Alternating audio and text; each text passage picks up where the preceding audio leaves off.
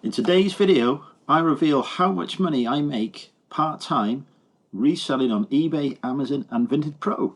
Cue the intro.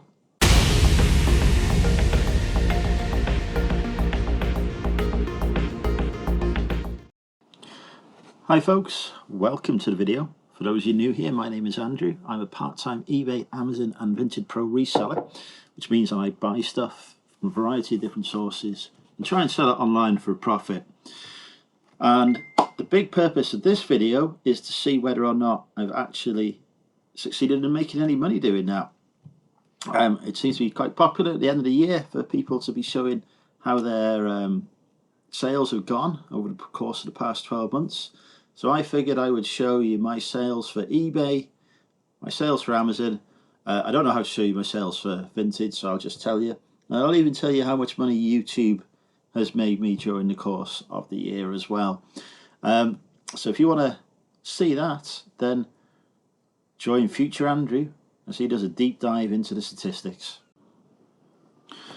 Okay, thank you thank you past Andrew for that. I'm future Andrew. Time for the big reveal. My main sales platform is eBay.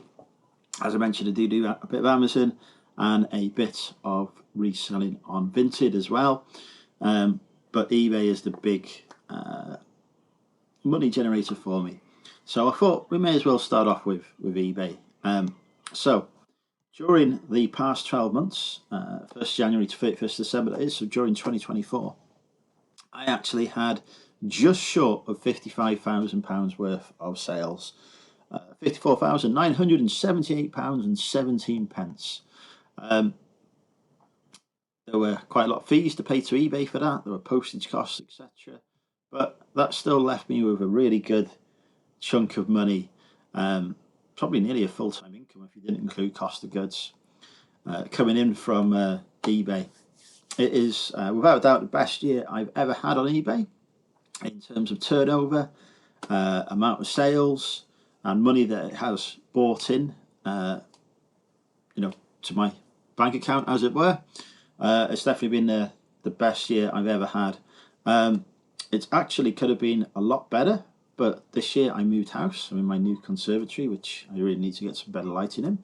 And I've moved business premises as a result as well. So I actually had a couple of months off eBay while I was doing all that, which has meant that my sales have dipped as a result of not listing stuff, not having a store active, all that kind of stuff. But yeah, so really pleasing figure there. Everything is green on here. I'm up on everything on the previous year. Items sold has massively increased. Average sales price has increased. Sales on auction has increased, and of course the overall sales via fixed price has massively increased as well. Number of buyers has increased. Number of repeat buyers has increased. Over 100 repeat buyers, which is pleasing to see. My top category was books, with over £7,000 worth of book sales, followed by some health and beauty. Actually, there's more than £7,000 of book sales because there's another different book category here with another 3,000, so over £10,000 of book sales in there. VHS tapes actually bought me in over £2,000 as well. So yeah, lots of really good selling products there. Lots of money bought in to the business, which I've been able to reinvest in growing and scaling the business, which we'll talk about in a bit. But that's eBay. That's how much money has come in to the eBay from the eBay side of the business. We've now got Amazon. I started Amazon in January last year, towards the end of January, and as you can see, when I was, I've had just over £20,000 worth of sales. So adding that onto the money from eBay, I'm at over £75,000 worth of sales for the year. You can see there's a graph here really clearly demonstrates the points where I've sent in a box, a shipment to Amazon. So I only do Amazon fulfillment by Amazon, which means that they ship and distribute products to the customer for me, handle all the customer service. I just have to get the stuff to them. And you can see these big spikes. So when I've actually sent a shipment into Amazon, you can see I had a bit of a gap in spikes here That is because I didn't send any shipments in. And then you can see down here towards the end of the year a real dip and a real decline in sales. So that is because that is when I moved house. So I stopped being able to focus on the Amazon and the eBay business. Also moved into a warehouse. So no shipments went to Amazon since about this one here where this spike is, which is in September. So yeah, that's 3 months without sending a shipment into Amazon, and I was still getting sales, good sales on Amazon. Despite that, it has now died off because we're now in January and I haven't sent them anything for months. But I will be restarting that later on this month, getting some shipments in, because I do have quite a bit of stock that I need to send to Amazon and get out of my warehouse. I just need to have the time to be able to do that. But not bad for a first year on Amazon. I invested about 4 or 5 grand into Amazon, and that's turned into 20 grand. So even when you take all the Amazon fees, etc. off, I probably still doubled the money that I made, that I invested into Amazon. So that's really good to see. And that sort of says to me, if I then invested more this year, hopefully I would again double that money. I have also learned a lot by doing Amazon about stuff that sells on Amazon and does well, that I've been able to take to my eBay business, which is generated a lot of the growth on eBay, because it's allowed me to enter new categories such as health and beauty on eBay that I wasn't in before at all, in any way, shape or form. And now if we go back to the eBay tab, we can see that one of my top performing categories was health and beauty, bringing in over £3,000 worth of sales. That's £3,000 worth of sales that I wouldn't have had if I hadn't started doing Amazon, learned about health and beauty, then had a look on eBay to see what health and beauty products sell on eBay, and started selling that stuff on eBay. So yes, that's £75,000, just a little over £75,000. From YouTube, I had 2 payouts this year. I won't bother going into the analytics to show it, because it was basically just over £130 that I had from YouTube. So YouTube doesn't make me a lot of money in terms of advertising revenue, although I have done some sponsored content and other things, which has brought in a few extra £100 on top. So yeah, that's a very tiny percentage of my overall income. And Vinted is just behind YouTube, because I've made £576 on Vinted Pro since I started that in October or November. On eBay, that would actually translate as more. It would be like a 4-figure sum, because of course there's no fees on that payment from Vinted. There's no shipping costs that are being charged by me, and I'm having to ship out for, including my prices, any of that stuff. So yeah, it's lower than the YouTube income in terms of pounds and pence that's hit my bank account. But actually, if you added on the fees and everything onto it, it would probably be higher. But that's not how it works, if that makes sense.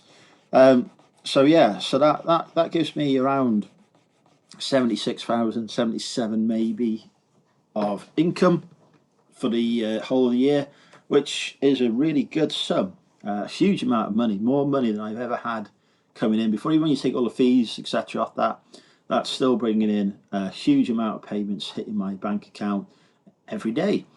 But how much money did I actually make? How much of that £77,000 is now sat in my pocket as profit? Well, the answer to that is none, zero. No profit at all was made or declared, or will be declared for this financial year, because my approach, having paid off £60,000 worth of debt thanks to reselling, my approach now is to invest all the money that reselling makes back into it, back into growing the business.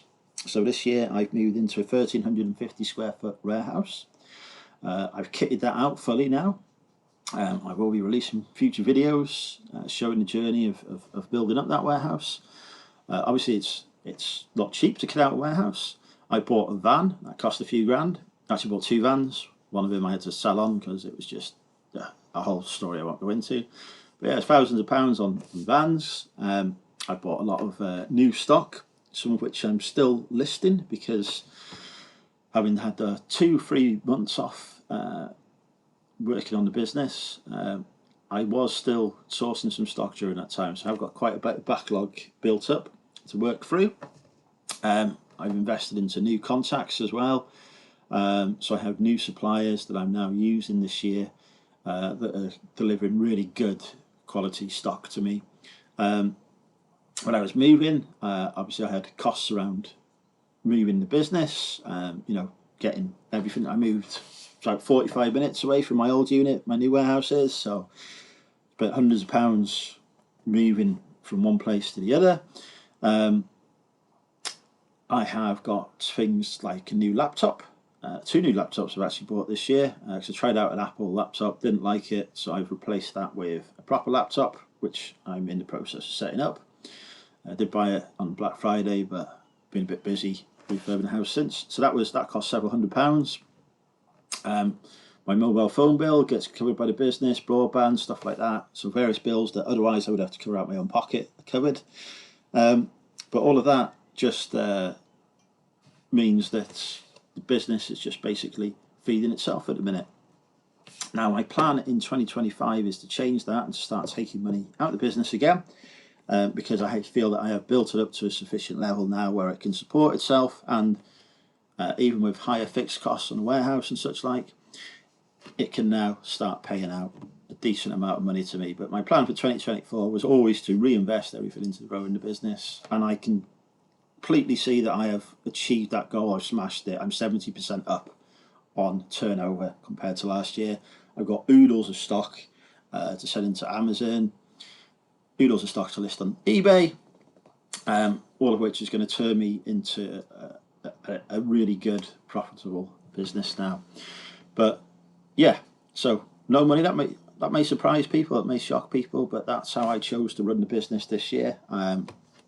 I could have not sourced stock for 2-3 months and had thousands of pounds in my back pocket, but that's not how I wanted to do it. In 2025 though, that is how I want to do it. I want to actually start building up that bank account. So the answer to how much money does a part-time reseller make?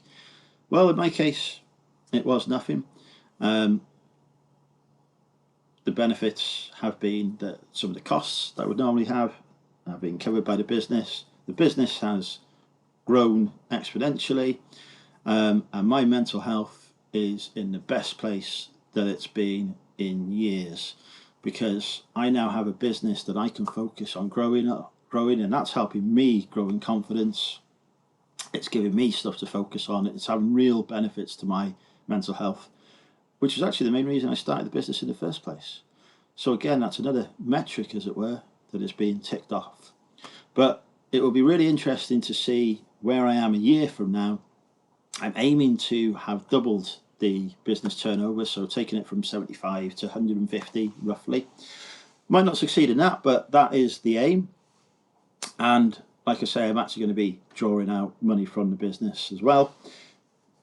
So my bank account grows as a result. But yeah, that's it from me. I will not turn the camera around to do a wrap up or anything like that, because I think I've talked for long enough. But if you've made it this far, comment Huggies down below, because I do like to see a random comment at the end of the video, just to show that people have watched it. Thank you so much for watching. Hope you enjoyed it. Hope you found it useful. Let me know how your year has been in the comments down below. Bye for now.